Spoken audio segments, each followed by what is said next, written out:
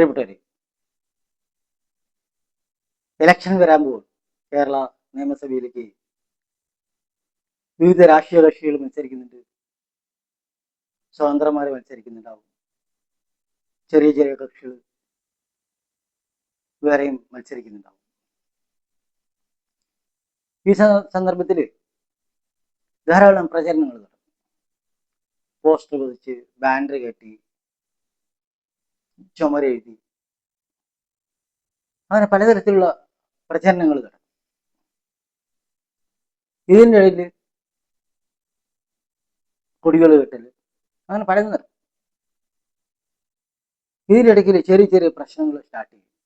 Poster കീറി, കൊടി മാറ്റി, ബാനർ മാറ്റി, അങ്ങനെ ആ നിസ്സാരമായിട്ടുള്ള ചെറിയ പ്രശ്നത്തിന് ചെറിയ ചെറിയ നേതാക്കന്മാരത് രംഗത്ത് വന്ന് വലിയൊരു സംഘർഷമാക്കി മാറ്റും. അത് അടിയും പിന്നെ സംഘടനകളും, വലിയ സംഘടനകളും, കൊലപാതകം വരെ.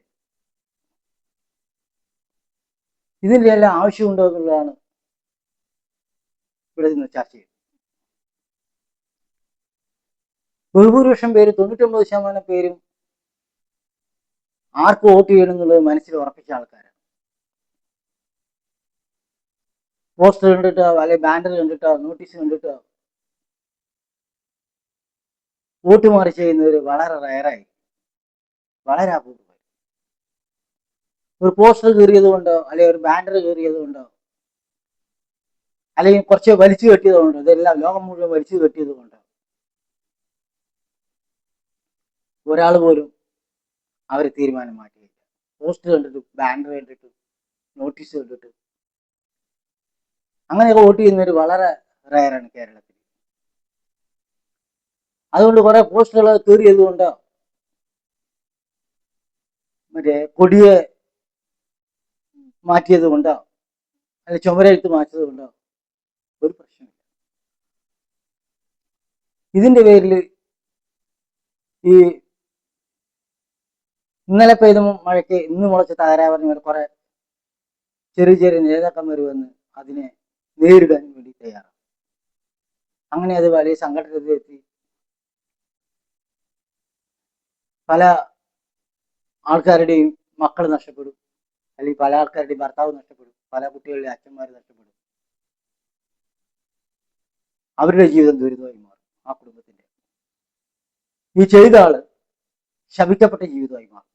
ജയിലിൽ കഴിയുക, പിന്നെ ഒരു സർക്കാർ ജോലിക്ക് അപ്ലൈ ചെയ്യാൻ പറ്റില്ല, അല്ലെങ്കിൽ പ്രൈവറ്റ് കമ്പനിയിൽ ആണെങ്കിൽ കേസ് ഉണ്ടെന്ന് പറഞ്ഞാൽ ആരും കഴിക്കില്ല. അങ്ങനെ ഇയാളുടെ ജീവിതവും വട്ടക്കൊമ്പുമായി മാറും. വളരെ ശ്രദ്ധയോട് വേണം ഈ സമയത്ത് മുന്നോട്ട് പോകാൻ. ഈ ലോകത്തെ നേരാക്കേണ്ട ഉത്തരവാദിത്വം ദൈവം നമ്മളെ ഏൽപ്പിച്ചിട്ടൊന്നുമില്ല. Everyone thinks of changing the world, no one thinks of changing himself. Shakespeare പറഞ്ഞു. എല്ലാവരും ലോകത്ത് നന്നാക്കാൻ നടക്കുന്നു, ആര് സ്വയം നന്നാക്കിനെ കുറിച്ചിട്ട് ചിന്തിക്കുന്നേയില്ല. ആദ്യം നമ്മളെ നന്നാവണ്ടേ, ലോകത്തെയല്ല. ലോകത്തിലുള്ള ആൾക്കാർ പലതരത്തിലുള്ള മണ്ടത്തരങ്ങളും എല്ലാം ചെയ്യും. അത് പ്രായത്തിനനുസരിച്ച്. ഇപ്പൊ ഒരു 10, 18 അല്ലെങ്കിൽ 20 വയസ്സ് വരെയുള്ള ചിന്താഗതി ആയിരിക്കില്ല ഒരു 50 വയസ്സാകുമ്പോൾ. 50 വയസ്സായിട്ടുള്ള ചിന്താഗതി ആയിരിക്കില്ല ഒരു 60 വയസ്സാകുമ്പോൾ. 50 വയസ്സ് 60 വയസ്സാകുമ്പോഴേക്കൊക്കെ ചെറുപ്പത്തിൽ നമ്മൾ എന്താണോ വിചാരിച്ചത് അതിന് ഓപ്പോസിറ്റ് ആയിരിക്കും ചിന്താഗതി. കാരണം കുറച്ച് പക്വത തോന്നും, ലോകത്തെ കണ്ട് മനസ്സിലാക്കി.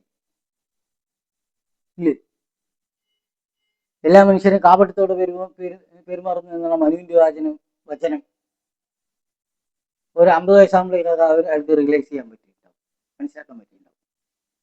60 വയസ്സാകുമ്പോഴേക്കും കുറച്ചുകൂടെ മനസ്സിലാക്കാൻ പറ്റിയിട്ടുണ്ടാവും.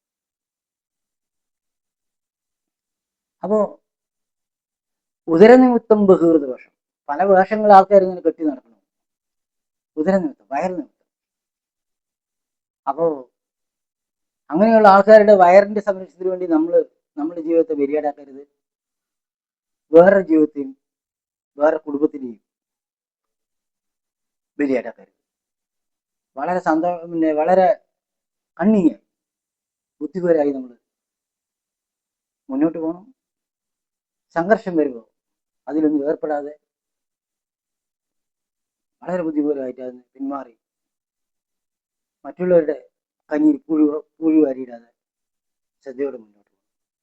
ഈ സമയത്ത് എനിക്ക് ഓർമ്മ വരുന്നത് സുഗതകുമാരൻ ടീച്ചറിന്റെ ഒരു കവിതയാണ്. അതിൽ കുറച്ച് വരികളിലൂടെ നമുക്ക് പോകാം. തലശ്ശേരി, അവിടെ രാഷ്ട്രീയ കൊലപാതകങ്ങൾ പെരുകിയിരിക്കുന്ന സമയത്ത് സുഗതകുമാരൻ ടീച്ചർ എഴുതിയ കവിതയാണ്. നിരന്തരം തലകൾ വെട്ടിയിട്ടപ്പോൾ ഓരോ ആദർശത്തിന്റെ പേരിൽ അന്ന് ടീച്ചർ എഴുതിയ ഒരു കവിതയാണ് തലശ്ശേരി. ആരുടെ കടുംനിണമാണ് ഞാൻ കൽവെക്കുമി പാതയിൽ തളം കെട്ടി കറുത്തു കിടക്കുന്നു. ആരുടെ കടുംനിണമാണ് ഞാൻ കൽവെക്കുമി പാതയിൽ തളം കെട്ടി കറുത്തു കിടക്കുന്നു.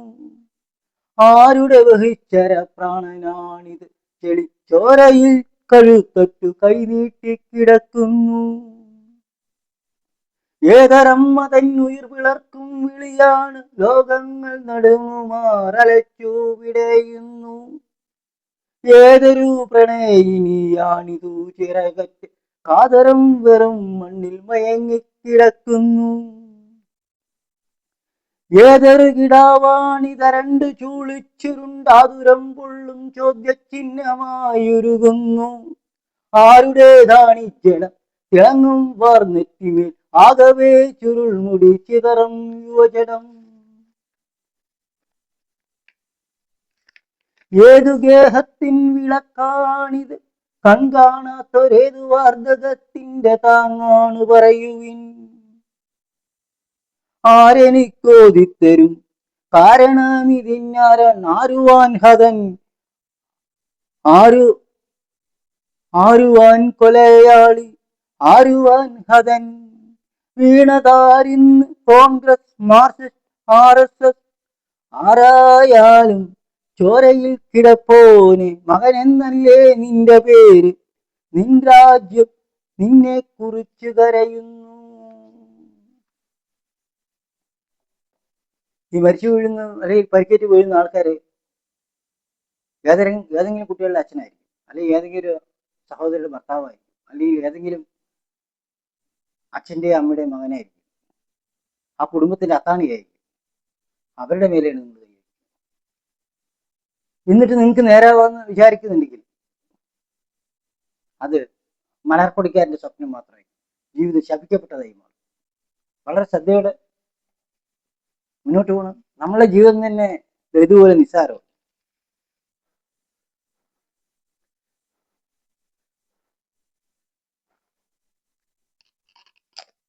ഈ കുമിളുകൾ പോലെ കുറച്ച് ദിവസം കഴിഞ്ഞ് നമ്മളെ ഇല്ലാണ്ടാവും.